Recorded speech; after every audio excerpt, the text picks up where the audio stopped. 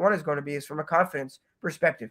You want Tramel Jones and Aaron Fowler to wake up every single day and walk onto the field at spring practice knowing they have something to fight for, right? If you kind of give it away, that player loses their confidence. How do you feel about our defensive line? We lost a lot of players to the NFL.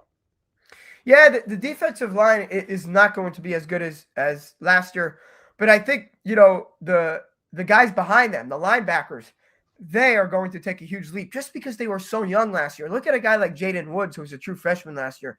Look at a guy like LJ McCray, who was also very young last year. Those guys are going to have to step up.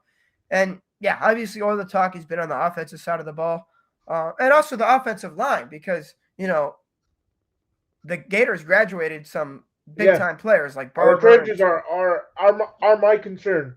Yes, like Barber and Slaughter, but I do think the Gators did a good job bringing in, the Penn State offensive line coach, who also brought in a guy like, I think his name's Egan Pryor. Yes, yes. Coach Trout. Yes, exactly. So look, I mean, the game of football is won in the trenches. Yes. Right. So we're talking about all these skill positions. But yeah, the defensive line, there's going to be, this is the SEC. There's going to be a name that arrives on the scene that we're not talking about right now. We just won't know yet.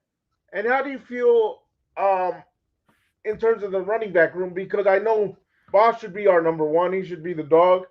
But after Baugh, do we feel comfortable enough if Baugh were to go down that running back room will not take a step back? Yeah, it's a good question, right? When you have your star running back get injured, you kind of know that your team's going to be much worse. But this running back room, you're freezing a little bit, is extremely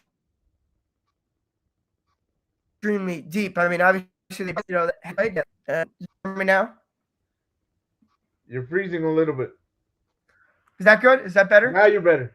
There we go. So yeah, but they brought in Pryor, and he'll likely be the running back too. Haven't seen much of him, so far. But I'll tell you what, like, there's going to be young guys that are going to get a chance, like Byron Lewis, the former American Heritage Plantation star out here in South Florida. So there's definitely a lot of battles to be won. And one thing I like, you mentioned injuries, right? Jaden Baugh isn't participating in any of the 11-on-11 team drills. Why? He's not injured. But when you have a guy that good, that's so vital to this team, you're not trying to get him injured. So he's not in any of the tackling drills so far, which I love. Yeah, but that kind of worries me, going back to a player we had last year, DJ Lagway, because when you don't have activity, you can get rusty. Yeah. But now, we never actually figured out the whole story with Lagway. But with Lagway, I feel like there was actually injury concern, though, that they really thought there was a strong chance of him re-injuring whatever he had. True. But I mean, we shouldn't talk about Lagway. He's not a Gator anymore. But I got to bring it up because I feel like he had a bad year because he never really got any activity during the spring. Yeah, and obviously, it's crazy how you could go from the strongest link of your team to the weakest link of your team, right?